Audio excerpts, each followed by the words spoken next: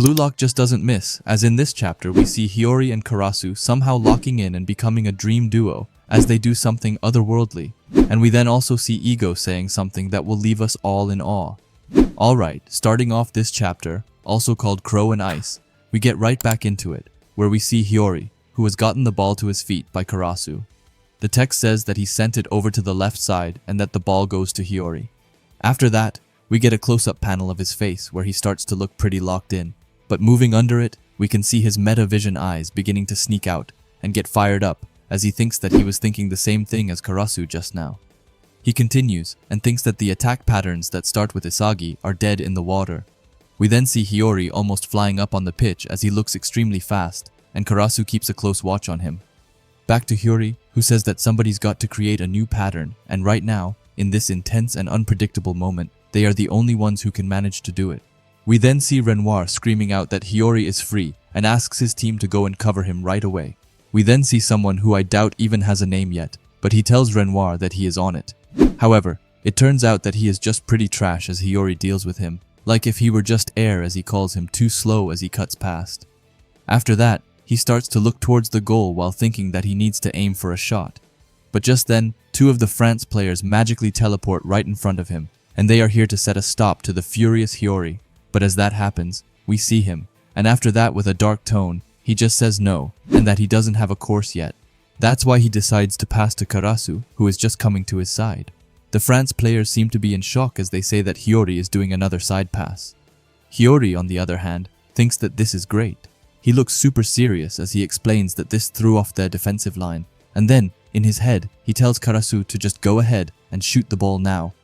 We then move over to the Crow himself, who traps the ball, and he already has a player right on his tail, which he is already battling with. But we then see him looking super mad, but to our surprise, it's not due to the France player being right on him, but instead, because Hiyori passed him.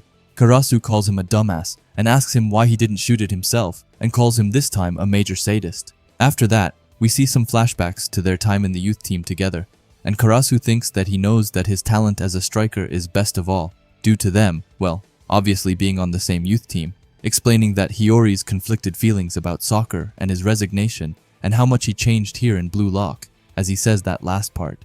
We also see a ton of moments from the Neo Egoist League, and most of them from the Ubers match from the looks of it, where he decided to go his own path and become a full-on playmaker. Anyhow, our favorite Crow of all time, he continues his speech and says that he has been watching him all along, and that's why he should know, as he says that we spot Karasu passing the ball back to Hiyori with a super dope looking pass, if I can say so myself. Anyway, Hiyori right off the bat gets visibly shocked by that, as he thinks that Karasu passed the ball back to him and also says his name. Karasu then thinks that with all of the things that he has already said in mind, this is why he can take this chance on him, because of his extraordinary shooting talent, which honestly, everyone should have their own Karasu who believes in themselves. Moving on, we see Hiyori, who now has the ball, but just then, both Rin and Isagi come running on his side, and both of them scream towards Hiyori, telling Hiyori to pass the ball. This makes Hiyori stall for a second, but it ends just as fast as the Karasu comes right by him, and he thinks that the idea came to him once he put everything into being the second best. Hey, it's Natsu mid-editing here, and I just wanted to pause the video to ask you to subscribe if you haven't already, and while you're already down there, why not leave a like as well?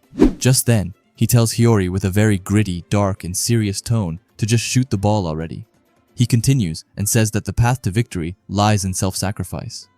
Just then, I kid you not, Karasu turns into a straight-up demon-looking creature as he looks insane, like you can just see his eyeballs slightly glowing out from his face. By the way, while this is going on, Karasu is acting like a tank or something, as he himself is holding back two of the French players, and how this man does it, like, I have no idea at all. After that, Karasu once again speaks up and tells Hiyori, or not even telling him, as it's more like he demands him to aim for his head. And just that as well, telling someone to aim for your own head is actually crazy. However, Hiyori just sees this as a win-win situation, as either he scores, or he will just hit Karasu right in his head, so his eyes start to burn up, as he says that he is trusting him and calls him extraordinary. And with that out of the way, Hiyori decides to waste no time at all as he sends the ball right at Karasu's head, which luckily, Karasu manages to dodge as he lowers his own head. But come on guys, once again, what is this for magically an outstanding panel, like Karasu legit has huge wings on his back? This surely has to be illegal. Like, Where is the referee?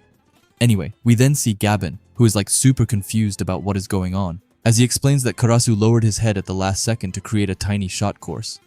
We then move over to the crazy boy Charles, who is super caught off guard as he asks who the hell it was that said that they couldn't make goals without Isagi, and I guess that it was France's game plan all along to just shut down Isagi and then win. However, Blue Lock is much more than just that, even though Isagi still is the GOAT after all. We obviously also see Renoir trying his best to save the goal, but I'm guessing that his beginner's luck is over as he fails to stop the ball and it goes right into the back of the net, almost making a whole hole in the net due to sheer force of it. We then see the spectators being ecstatic over this as they scream out, and we then move over to the commentators as they scream goal over and over. We then see Hiyori and Karasu celebrating together, and Hiyori looks super happy. Meanwhile, Karasu is trying to stay nonchalant and aura farm. However, it looks like he is actually holding out his arms like an actual crow, which is cool. The commentators then continues as they say that with Hiyori and Karasu's trick shot, Blue Lock has tied the scores, which is such a good thing to hear. We then see Chigiri and Bachira being also super glad over this, as they scream and heads over to the two of them in an instant. We then see Isagi, who looks super in amazement as he breathes super heavily before saying, alright, he thinks that they caught up and that they now have a chance. But suddenly, his eyes starts to look confused or maybe more shocked, as while he looks at all of them, celebrating, he wonders what it was that Karasu just did now, saying that it looked like he'd totally given up on scoring his own goal. We then get a close-up to his eyes as he starts to question if that is really okay, and if that doesn't go against everything that Blue Lock stands for, and he does have a real point in that. Just then, when Isagi's mind is a bit scattered, Hugo comes by and asks him if he sees, telling Isagi that even if it's not him, there's someone with the brains and talent to be second best. He then takes his hand like always, trying to really become the mysterious anime villain, but no matter how much he tries, he can never be the GOAT Kaiser. Anyway, he continues and says that it's not bad, Blue Lock, saying that this is the destructive power of utter suitability. We then see Isagi, who just sighs at him, but Hugo doesn't even seem to acknowledge that, as he keeps on going and tells Isagi that there is one more thing. If he also started acting like a second best up on the front line, then Blue Lock could hold its own against France, and hear me out. That sounds so insane. Hugo doesn't stop there as he tells Isagi that he holds the team's destiny in his hands, and that's a real burden. And we can clearly see that on Isagi's face as he starts to look super confused about what to do as he just stands silent.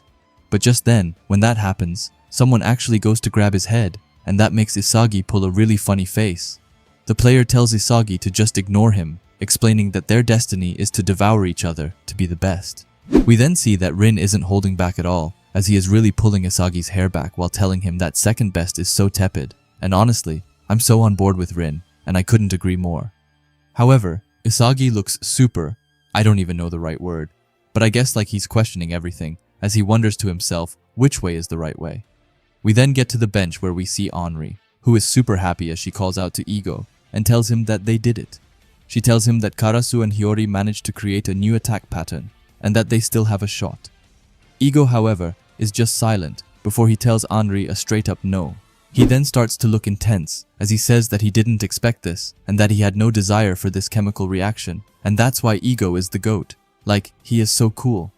Henri, on the other hand, has no idea what he means as she just looks at him, confused. We then move back to Rin and Isagi, where Rin lets Isagi's hair go, and Isagi is left by himself, and he starts to wonder about just what he should believe in. After that, we see Karasu, Hiyori, Rin, Hugo, and Ego all behind him. Meanwhile, he turns into a really dark shadow as he questions just what it is that is happening in Blue Lock. And with that, we have come to the end. But luckily, I can tell you guys that there is no break next week, which honestly, this is one of the weeks which I feel like that's so insane. Nice as I need this next chapter to get answered. So many questions that I currently have about this chapter. The next chapter is called For the Blue, which I saw a lot of people saying what it could mean. I first thought that it was just meaning for Blue Lock. However, I saw someone saying that Rin's aura is blue, so it's about him. Meanwhile, another one said that it might be about France, since they are called like something like the Blues. But sadly, I have some sad news, as I would love to talk more about this chapter, but my schedule is currently packed. But if I can, then I will make a follow-up video talking about this. Anyway, please leave your own thoughts about this chapter down below, as I would love to hear them. Also, please rate this chapter on a scale of 1 to 10. Not gonna lie, but me myself, I'm gonna go out and give it a straight up 10, as it was legit, so fire. Anyway, if you like Blue Lock and videos like this, then I would highly suggest you subscribe to this channel, and while you're at it, leave a comment and a like, as it helps out with the algorithm a ton.